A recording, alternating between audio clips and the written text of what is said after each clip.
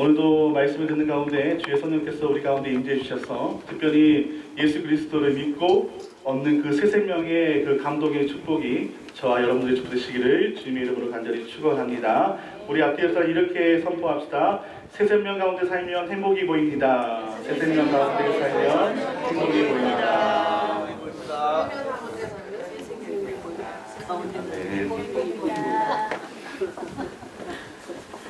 아기가 태어나면 엄마는 24시간 내내 곁에서 세심하게 보살펴 줍니다. 엄마들은 아기에게 더 좋은 것을 주기 위해서 전 몸살이라는 고생을 하면서도 모유를 주려고 정말 애쓰죠. 그런가 하면 미숙아로 태어난 아기들은 건강을 위해 영양 공급을 받기 위해 인큐베이터 안에서 지냅니다. 이렇게 사람들이 아기의 생명과 건강을 위해 온갖 노력을 다하는 것은 아기의 생명이 무엇으로도 바꿀 수 없는 소중한 것이기 때문입니다. 우리도 영적인 새 생명을 얻었을 때 건강한 신앙생활을 하기 위해 하나님이 주시는 충분한 영양 공급을 받으며 살아야 합니다. 새 생명을 얻은 우리도 하나님께 가장 소중한 자녀이기 때문입니다. 사랑하는 여러분, 지금 주님께서 주시는 그 새 생명의 기쁨을 받아 누리고 있습니까? 그렇다면 우리는 복 있는 사람입니다. 오늘 본문은 바로 그러한 내용들을 우리에게 말씀해 줍니다. 그동안에 이제 5장까지의 로마서 말씀을 정리하면 오직 믿음으로 구원을 받는다는 것이죠. 하나님께서 우리의 믿음을 보시고 우리를 의롭게 여겨주신다는 거예요. 그렇다면 오늘 본문은 이제 그 믿음으로 의롭다 하심을 받은 사람들이 이제 어떻게 살아야 하는지에 대해서 바울은 우리에게 말씀해 줍니다. 그런데 특별히 오늘 본문 내 1절에 보면요, 이러한 의문구호가 나옵니다. 그런즉 우리가 무슨 말을 하리요? 은혜를 더하게 하려고 죄에 더하겠느냐? 이것은 바울이 5장 20절 말씀에 율법이 들어온 것은 범죄를 더하게 하려 함이 아니라 더하게 하려 함이라. 그러나 죄가 더한 것에 은혜가 더욱 넘쳤나니, 이 말에 대한 오해가 생긴 것을 해명해 주는 거예요. 그러니까 이것은 어떤 말이냐면요, 하나님께서 율법을 우리에게 주셨죠. 그런데 그 율법 때문에 우리가 죄가 어떠한 것인에 대해서 더 확실히 드러났다는 거예요. 그러니까 이러한 것이죠. 전에 어떠한 모든 사람들이 너무 제약된 생활 가운데, 습관 가운데 빠져 있으니까 이게 죄인지 아닌지 그러한 모르는 시대에, 그 노아의 이전 시대 때 그러한 것 때문에 하나님의 심판을 받았잖아요. 그리고 나서 이런 것들이 계속 반복됐는데 모세 이후에 하나님께서 뭘 주십니까? 성문화된 율법, 즉 십계명을 주셨어요. 근데 그 십계명을 받은 이후로 온 인류가 한 가지 깨달은 것이 있죠. 양심 외에 확실한 어떠한 사회적 규범이 생긴 거예요. 그래서 사람들이 이것은 죄구나, 이것은 죄가 아니구나 하는 것을 판단할 수 있는 그런 기준이 생긴 거예요. 이것이 오늘 바울이 말하던 그 율법이에요. 그런데 이 율법이 세상에 들어오니까 어떻게 됐어요? 자신들의 죄가 더 많이 드러났다는 거예요. 그런데 이것이 도리어 예수님께서 이 땅 가운데 오셨을 때에 그 죄인들을 구원하시는 사람들이 더 많이 일어나니까 이것이 은혜가 넘쳤지 아니하냐라는 그러한 말을 했는 것인데, 사람들이 당시에 이렇게 오해합니다. 그래, 그러면 은혜를 더 많이 받기 위해서 우리가 죄 안에 거하면 되겠다라고 잘못된 생각을 하시는 사람들이 있어요. 오늘날의 대표적인 예가 있죠. 구원파들이 그렇게 이야기를 합니다. 내가 한번 세례를 받아서 구원을 받았어요. 그래서 나는 더 이상 이제 죄와는 상관이 없다는 거예요. 그래서 내가 어떠한 죄를 지어도 나는 상관이 없어요. 왜냐하면 나는 이미 구원을 받았으니까. 그런데 하나님께서, 바울 선생은 이렇게 말합니다. 하나님께서 주시는 그 구원은요, 그 죄에서 자유함을 얻었다는 것은 방종이 아니라는 거예요. 그것에 대한 책임이 따라야 되는 것이죠. 우리 가운데 죄를 이길 수 있는 성령께서 우리 마음 가운데 임재해 주기 때문에 그러한 사람들은 예수 그리스도와 함께 죄에서 죽은 자들이 되었다. 그것은 뭡니까? 죄를 그쳤다는 거예요. 죄에서 자유함을 얻었다는 것은 그냥 방종함으로 행하는 것이 아니라 죄에 대한 그런 확실한 그런 멈출 수 있는 길이 열렸다는 거예요. 누구를 통해서요? 예수 그리스도를 통해서. 이제 그 예수 그리스도를 통해서 사는 사람들이 받을 축복이 있어요. 그게 뭐냐면 새 생명이에요. 여기서 말하는 새 생명은 뭐 헌생명이 아니고요, 영원히 누릴 수 있는, 우리를 새롭게 하시는 왜냐하면 우리는 죄인이거든요. 죄인이기 때문에 우리는 하나님의 법정 안에서는 우리는 영원히 죽을 수밖에 없어요. 그런데 예수 그리스도의 그 십자가의 구원의 사건 때문에, 그 부활의 사건 때문에 우리는 예수님과 함께 십자가에서 이미 죄가 다 죽게 되어진 것이고, 더 나아가 예수님과 함께 우리가 연합함으로써 예수님께서 그 십자가의 그 죽음의 권세를 이기시고 부활하셨기 때문에 우리는 예수님과 함께 그 죽었기 때문에 부활도 동일하게 일어난다는 거예요. 그 부활이 바로 새 생명, 영원히 우리가 하나님 나라에서 왕노릇하면서 살 수 있는 그 은혜가, 그 축복이 여러분과 저에게 보장되어 있다는 거예요. 이것을 받아 누릴 수 있는 사람이 행복한 사람이라고 오늘 본문은 우리에게 말씀해 줍니다. 사랑하는 여러분, 우리는 연약합니다. 그래서 매일 죄를 짓죠. 그러나 이 죄를 용서해 주실 수 있는 분이 누구십니까? 바로 우리 구주 예수 그리스도. 그러나 우리가 해야 될 것이 있어요. 우리가 반드시 이 새 생명의 기쁨 안에 있어야 돼요. 근데 우리가 예수님 믿어가면서 여전히 죄 가운데 있으면 죄책감이 시달리겠죠. 그러나 우리가 죄를 지어도요, 죄를 회개하면서 그 죄를 이길 수 있는 분을 끝까지 의지하고 노력하는 그러한 삶에 있었을 때 궁극적으로 우리가 새 생명을 얻게 됩니다. 하나님의 나라는요, 눈물도 없고 슬픔도 없어요. 하나님께서 우리의 그런 모든 세상에 같은 그런 인생사의 그런 어려운 눈물들을 우리 주님께서 친히 다 닦아주실 거예요. 그분의 나라에서 이렇게 영원토록 우리가 새 생명을 얻으며 살 수 있는 길이 열렸어요. 여러분, 그것이 바로 예수 그리스도를 믿는 사람들이 받을 은혜의 축복이에요. 오늘 말씀을 듣는 가운데 이 새 생명이 저와 여러분들의 소망 되시기를 주님의 이름으로 간절히 축원합니다. 우리 다시 한번 이렇게 선포합시다. 새 생명 가운데 살면 행복이 보입니다. 새 생명 가운데 살면 행복이 보입니다. 그렇다면 여러분, 좀 더 이제 구체적으로 한번 말씀을 나눠볼까요? 그럼 가장 먼저 새 생명 가운데 살 때 우리는 어떻게 될까요? 우리 9절 말씀을 한번 읽고 우리 함께 말씀을 나눠봅시다. 9절 말씀 우리 힘차게 합독합니다. 시작. 다시 죽지 아니하시고 사망이 다시 그를 주장하니라. 우리가 새 생명 가운데 살면요, 죄에서 해방되었음을 깨닫게 된다. 오늘 바울은요, 우리는 죄에 대해서 죽은 사람들이다 라고 얘기했어요. 그것은 어떠한 의미냐면 죄를 그칠 수 있다는 거예요. 여러분, 한 번도 우리가 한번 생각을 한번 해봅시다. 내가 일평생 살면서 나는 한 번도 죄를 지은 적이 없다. 한번 그런 분들은 마음속으로 한번 손을 한번 들어보세요. 아무도 없어요. 아무리 우리가 성령 충만해도요, 금방 뒤돌아서면요, 우리가 좀 방심하면은 내 마음 가운데 정말로 죄가 막 꿈틀거리는 것들이 막 보이는 거예요.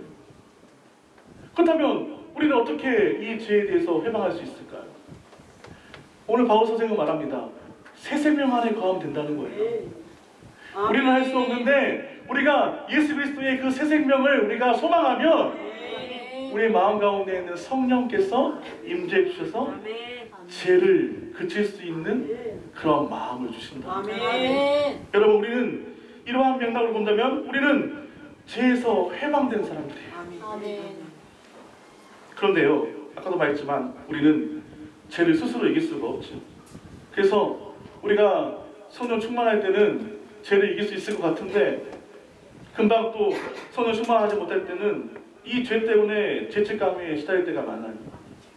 로마 교회도 그랬습니다. 여러분, 초대교회는 어떠한 교회냐면요, 예수 그리스도를 믿으면 죽을 수도 있어요.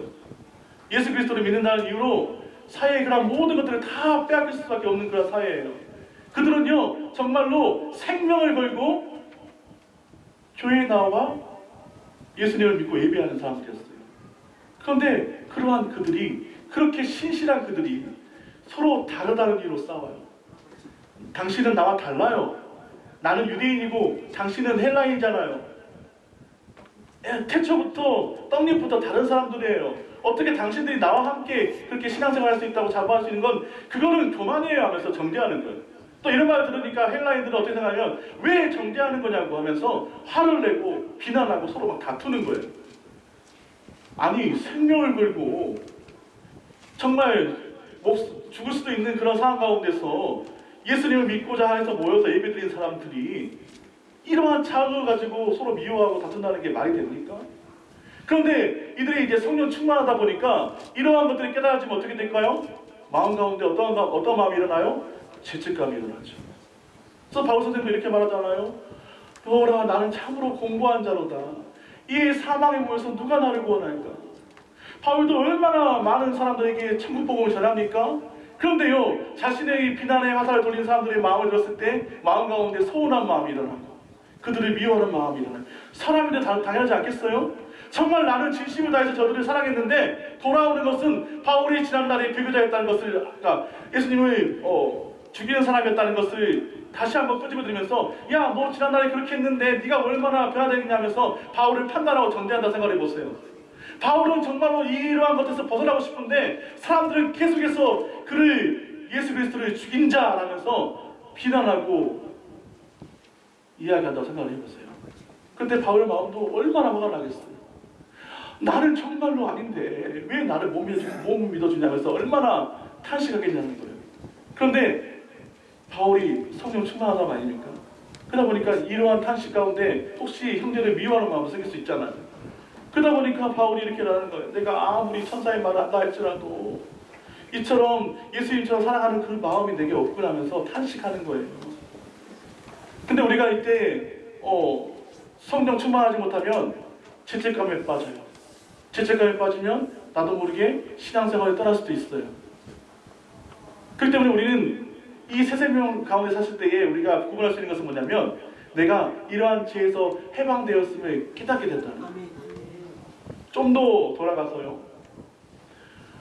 이러한 죄책감은요, 이미 첫사람 아담 때부터 있는 일이에요.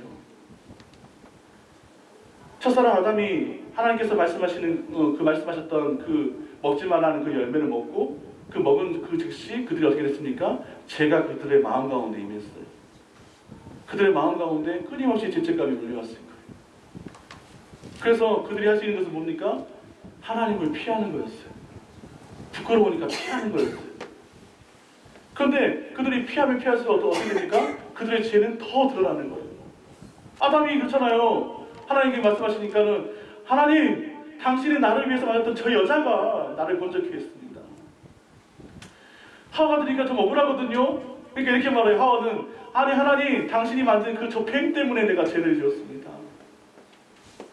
이렇게 말하는 것은 그들의 마음 가운데 굉장히 죄책감에 시달렸다는 것을 알 수 있죠. 그래서 어떻게 되나 죄를 막 미는 거예요. 그런데 이것은요, 궁극적으로 아무런 도움이 되지 않아요. 결국은 더 죄에 빠지는 인류의 그러한 죄악상만 보여준 것 뿐이죠. 그때 주님께서 말씀하시는 겁니다. 하나님께서 말씀하셔요. 여자의 후손이 나타나서 그 뱀의 머리를 상하게 할 것이다. 이것은 어떠한 말이냐면요, 한쪽의 의미인데 예수 그리스도께서 오셔서 사단의 그런 모든 죄의 권세를 다 무너뜨린다는 거예요. 아멘. 여자의 후손은 누굽니까? 바로 예수 그리스도는. 아멘. 아담과 하와가 졌던 그런 모든 하나님의 그런 놀라운 축복의 권세를 이 죄 때문에 사단에게 다 뺏겨 버렸어요.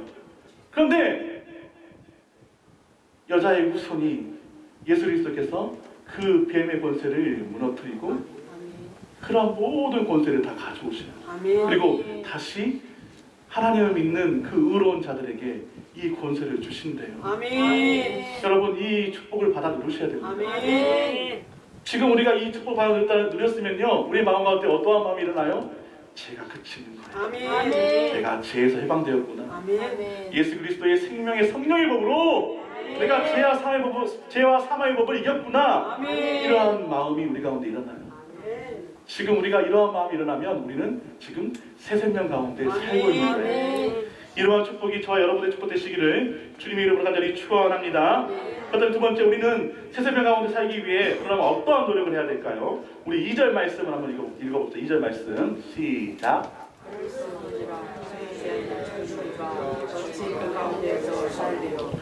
다시는 죄의 노예가 되지 않도록 써야 돼요. 가늠하다가 현장에서 붙잡힌 그 여인을 예수님이 정죄할 수밖에 없는 그런 상황에 몰리게 되죠. 바리새인들의 시험 때문에. 그러나 예수님은 사랑이셨어요. 그때 예수님께서 그 여인을 대하는 모습을 보고 어쩌면 온 인류가 그러한 모습 가운데 살아가는 그런 믿음의 본을 우리에게 보여주신 거예요.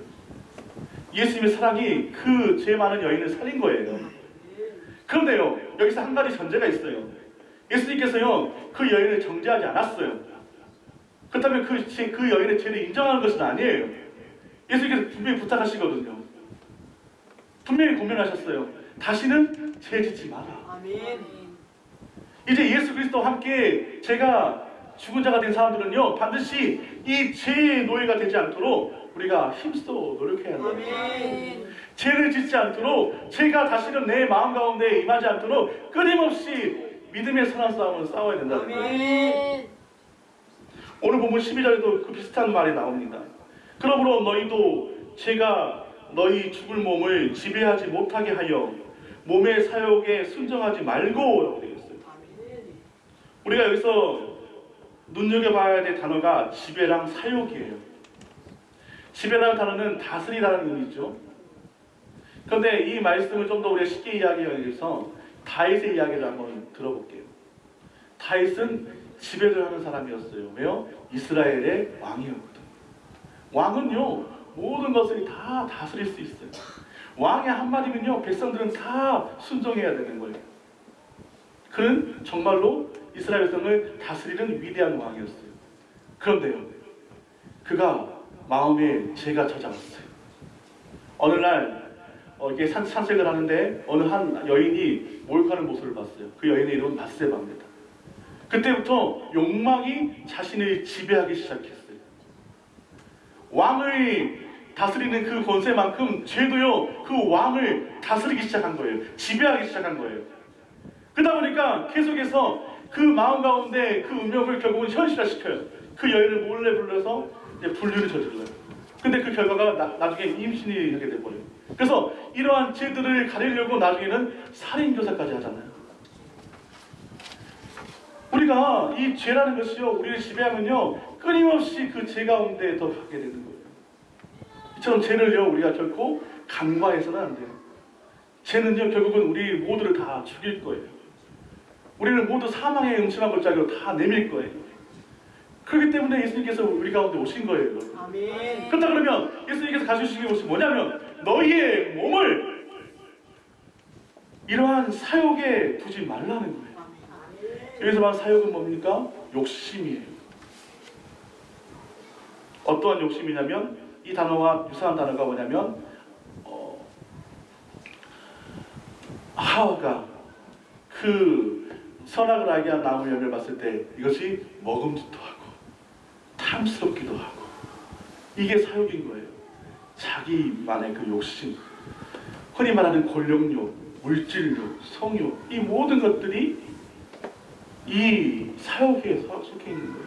그러니까 하나님 보시기에 합당하는 그런 모든 세속적 가치가 다 죄라는 거예요. 이러한 것들을 멈추지 않고는 결코 우리는 새 생명의 그 은혜를 누릴 수가 없어요. 여러분, 우리가 성령 충만하려면요, 이 죄를 멈춰야 돼요. 아멘. 그렇다면 이 죄를 멈출 수 있는 그 유일한 길이 뭘까요? 하나님의 말씀이에요. 아멘. 예수님도 말씀으로 물리시잖아요. 사람이 떡으로만 살 것이 아니요 하나님의 나오는 입에 나오는 그런 모든 말씀으로 살 것이다. 아멘. 예수님이 사단의 그런 시험을요, 사단아 물러가라 하면 끝나는 거였는데 왜 굳이 하나님의 말씀, 특별히 신명기 말씀을 들어서 선포했을까요? 우리에게 교훈을 주기 위함이에요. 아멘. 하나님의 말씀이 이처럼 살아있고 권능이 있다는 것을 우리에게 친히 가르쳐주기 위함이에요.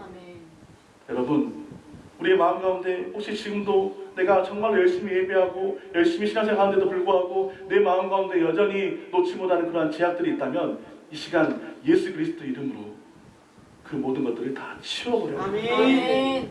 내가 할 수 없다면 하나님의 말씀을 묵상하고 기도하고 예배하는 가운데 그 순종하는 마음을 가지세요. 아멘. 그럴 때 우리는 죄에서 자유함을 얻는 그러한 믿음이 우리 가운데 생길 거예요. 지금 이러한 모습이 있다면요, 우리는 새 생명 가운데 사는 사람이에요. 아멘. 이제 마지막으로요, 여러분, 그렇다면 세세명 가운데 사는 모습은 어떠한 모습이어야 될까? 우리 13절 말씀을 함께 읽어봅시다. 13절 말씀 시작. 너희 지체를 내 주지 말고 오직 너희 자신을 조금 하나님의 너희 지체를 의인으로 하나님께 하나님을 위해 거룩한 삶을 살아야 합니다. 그러니까 여러분 이제 내가 정말 죄에서 해방되었다는 것을 믿는 사람들의 모습, 내가 더 이상 이제 죄의 노예가 되지 않았다는 그런 사람들의 모습이 뭐냐면 이처럼 거룩한 삶을 사는 모습이 우리 가운데 있을 때 우리는 판단할 수 있다는 거예요. 여기서 우리가 주목해야 하는 건 바로 의의 무기로 하나님께 드려라라는 겁니다. 불의의 무기로 죄에게 내주지 말고 너희 몸을, 너희 생각을, 너희 모든 판단을 의의 무기로 오직 누구에게요? 하나님께 드리라. 아멘. 그래서 무기는요 어떠한 의미가 있냐면 첫 번째는 도구, 두 번째는 악기의 의미가 있어요. 이것은 공통적인 특징이 있네요. 제가 한번 특징 한번 드려볼게요. 아주 정말로 멋진 칼이 있어요. 그런데 이 칼을 요리사가 이렇게 들고 있으면요 우리에게 정말 맛있는 음식을 해주는 그러한 훌륭한 도구가 돼요. 그런데 이 칼이요 강도에게 들려지면요 이것은 사람을 위협하고 심지어는 사람을 죽이는 칼이 되는 거예요. 그러니까 이 칼이요 어떠한 사람이 사용하느냐에 따라서 이 칼의 가치가 달라져요. 두 번째는 악기죠. 우리가 아주 비싼 바이올린이 있어요. 그런데 이 바이올린을요 이제 바이올린을 시작한 지 일주일도 안 된 사람들이 바이올린을 연주하면요 사람들이 그때 어떻게 들려요? 아이고 바이올린을 좀 비하하는 말 중에 깽깽이라는 말을 많이 하거든요. 저도 이제 같이 이제 음대를 나왔으니까 좀 바이올린을 연주할 때에 좀 못하는 사람들이 있으면 정말 듣기가 거부스럽게 막 낑낑낑 이러면서 근데 어쨌든 소리를 내야 되지 않겠습니까? 그러니까 소리를 내보려고 낑낑낑 하는데 그게 너무 진짜로 귀가 아플 정도로 듣기 싫더라고요. 그런데 만약에 이 악기가요 설사 비싼 악기가 아니고 일반적인 악기라 해도 아니면 좀 더 정말로 연습용 악기라 해도요 프로 연주자가 연주하면요 거기에서 감동이 느껴지는 거예요. 마찬가지예요 여러분. 우리라는 도구를요 하나님께서 사용하시면요 놀라운 가치가 있는 거예요. 이것이 거룩한 삶이에요. 거룩한 삶이 다른 것이 아니라 나라는 지체가 하나님께 사용되도록 내가 끊임없이 내 마음을 주님께 드리는 거예요. 이것이 바로 거룩한 삶이에요. 죄에게 우리의 마음을 내놓는 것이 아니라 내 욕심에 우리의 마음을 내놓는 것이 아니라 하나님이 나를 사용하도록 우리의 마음을 열어두는 거예요. 오늘 바울 선생이 이렇게 말합니다. 너희의 지체를 오직 의의 무기로 하나님께 드려라. 지금 우리가 이러한 거룩한 삶을 살고 있다면 우리는 세세명 가운데 살고 있는 복 있는 사람입니다. 이제 말씀을 마무리하겠습니다. 세계 최초로 다이너마이트를 발명한 노벨은 자신이 발명한 것이 전쟁에 사용되거나 사람을 죽이는 데에 쓰이지 않기를 바라는 마음에서 다이너마이트로 벌어들인 그런 엄청난 재산을 들여 노벨 평화상을 제정할 것을 유언에 남겼다고 합니다. 그런데 폭약류를 만들던 그가 반대 개념에 가까운 평화상을 만들게 된 데에는 다음과 같은 사건이 주요 동기가 됐다고 하네요. 1888년 알프레드 노벨의 동생 루드빅이 프랑스 깐느에 머물다가 사망한 사건이 있었습니다. 그래서 프랑스 신문들은요 동생 루드빅의 사망을 보도했지만 그의 형과 혼동한 나머지 어느 한 신문은요 그가 죽은 걸로 해서 죽음의 상인 사망하다라는 제목의 기사를 내보냈던 거예요. 이때 잘못된 사망 기사를 통해 노벨은 큰 충격을 받았고 자신의 그러한 인생을 되돌아보기 시작했다고 합니다. 다이너마이트로 많은 돈과 명성을 얻었지만 결국 인생의 마지막은 허무한 것이구나 하는 생각이 들었던 것입니다. 그는 새로운 삶을 살아야겠다고 이제 결심했습니다. 훗날에 예수님을 믿게 되었고 예수님과 사람들을 위해 신이 정말 자신의 모든 재산들을 사용하기로 결심합니다. 이러한 변화로 인해 태어난 것이 바로 노벨 평화상입니다. 여러분 얼마 전에 이러한 소식이 들리더라고요. 노벨 평화상 후보에가요, 우리 대한민국 국민이 이렇게 선거되었다고 합니다. 그 개헌 상황에서 총칼을 들고 있는 그 개헌군을 상대로 온 국민이 자신의 몸을 향해서 이렇게 막았잖아요. 그래서 전 세계가 그것을 기리면서 우리 대한민국 국민들을 노벨 평화상 후보로 이렇게 지정했다고 하네요. 참으로 큰 영광이죠. 이 알프레드 노벨이라는 사람은요, 다이나마이트, 그러니까 폭탄을 만들어가지고요, 정말로 엄청난 돈을 많이 얻었죠. 근데 사실 이 폭탄은 광산에서 그런 돌들을 터뜨려서 그런 금이라든지 그런 광물을 캐기 위한 그런 도구였는데, 나중에 이것이 사람을 죽이는 도구가 돼버리잖아요. 근데 그 나중에 이제 그게 자신의 그 기사를 봤을 때에 자신은 정말로 돈을 벌어들일 목적으로 했을 뿐인데 결국은 사람을 죽이는 그러한 폭파물이 돼버려서 또 그가 이제 죽으니까 사람들이 조롱하듯이 그렇게 정말로 기사를 내는 것을 보고 그가 아마도 얼마나 놀랐을까. 그나마 다행인 것은 그가 그것을 깨닫고요, 자신이 벌어들인 그런 모든 재산을 다 사회에 환원하고 또 그가 중요한 것은 하나님을 믿었다는 거 아닙니까? 여러분, 우리가 누릴 수 있는 그 모든 것들은요, 어쩌면 극히 제한적인 것입니다. 우리가 가질 수 있는 그런 모든 것은요, 이 세상에서 누리는 그런 모든 것은 하나님 나라에 결국 가져갈 어떠한 것도 가져갈 수가 없어요. 가져갈 수 있는 것은 딱 하나예요. 믿음이죠. 아멘. 가져갈 수 있는 것은 딱 하나예요. 아멘. 하나님을 정말로 사랑하는 마음. 아멘. 근데 우리 주님은요, 그것으로 족하다고 말합니다. 아멘. 특별히 영원 사랑 대행진이 시작됐죠. 여러분, 주님께서 우리를 사랑하셔서 이곳 세일교회에 우리를 초대하셨잖아요. 아멘. 이제 우리가 그 사랑을 다시 나눠야 할 때, 아멘. 이 시간에도 우리 주님은요, 정말 이 멸망으로 걸어갈 수밖에 없는 이 백성들을 보면서 얼마나 탄식하고 우실까요? 교회라고 비난할 수 있어요. 교회를 향해서 사람들이 잘못했다고 정죄할 수 있어요. 그러나 중요한 것은 교회가 바로 서야 하는데 서지 못하는 그런 모습을 보고 얼마나 우리 주님은 한탄하실까요? 더 나아가서 정말 예수 그리스도께 참된 구원이 있는데 우리의 그런 잘못된 모습을 통해서 이 구원의 길이 가려진다면 얼마나 탄식하실까요? 이 시대에 주님께서 우리를 이 세일교회에 부르신 이유가 무엇일까 한번 생각을 해보십시오. 우리가 예수 그리스도를 정말로 믿는 거예요. 아멘. 우리가 정말로 이 새 생명의 기쁨을 누리는 거예요. 그리고 이 기쁨을 세상을 향해서 담대히 선포하시는 거예요. 아멘. 그럴 때 우리 주님께서는 우리를 잘 다 칭찬하는 그러한 믿음의 삶이 되게 하실 것이고, 그러한 모습 가운데 우리도 모르게 우리가 새 생명의 그런 축복을 받아들이는 그러한 삶으로 살고 있다는 그러한 가장 확실한 믿음의 증거가 되지 않을까 생각이 됩니다. 이러한 축복이, 이러한 복이 저와 여러분들의 복이 되시기를 주님의 이름으로 간절히 축원합니다. 아멘. 우리 다 같이 찬양하면서